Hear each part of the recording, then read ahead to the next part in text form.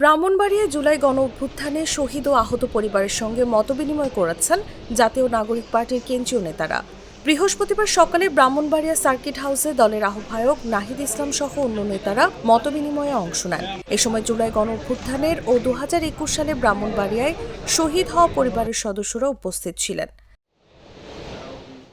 মতবিনিময়ে এনসিপির আহ্বায়ক নাহিদ ইসলাম শহীদ ও আহতদের পরিবারের সদস্যদের খোঁজ খবর নেন।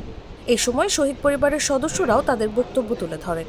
শহীদ হোসাইনের মা মালেকা বেগম বলেন, আমার ছেলে হত্যার বিচারের দাবিতে মামলা করেছি, কিন্তু পুলিশ আসামি ধরছে না। আমার ছেলে হত্যার বিচার চাই। নাহিদের সহযোগিতা চেয়েছি, তিনি আশ্বস্ত করেছেন। আমার ছেলে শহীদ হয়েছে, আমার ছেলের নাম মোহাম্মদ হোসাইন। তার কাছে দাবি জানাইছি যে আমরা যে মামলা করছি একটা আসামি তো ধরা হয়েছে না। যারা আসামি দিছি হেরা আরো মাসাল্লাহ ঘুরতে আছে নারায়ণগঞ্জে, হেরার কোনো করতেছে না। আমরা যে মামলা করছি বিচার পাওয়ানোর লেগে আমরা তো এই বিচারটাই পাইতাছি না। উনি বলছে আচ্ছা মামলা আমরা টাইম মনে উড়াই দেখমু, উড়াইয়া এরপরে আমরা দেখতাছি সব বিচার পামু, উনি আশা দিচ্ছে। আসলে শহীদ হওয়া ব্রাহ্মণবাড়িয়া নবীনগরের বিটঘর গ্রামের তানজিল মাহমুদ সুজয়ের বোন ইশরাত জাহান আনি বলেন, আমার ভাই নেই, নাহিদ ভাইকে আমরা ভাইয়ের মতো দেখি। উনি আমার ভাইয়ের সহযোদ্ধা।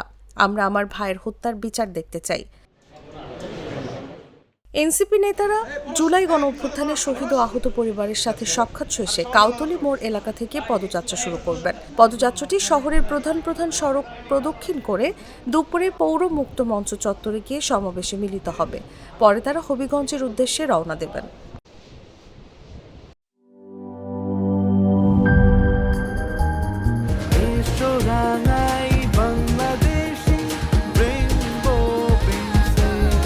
রেইনবো পেইন্টস, ছড়াও জীবনের রং।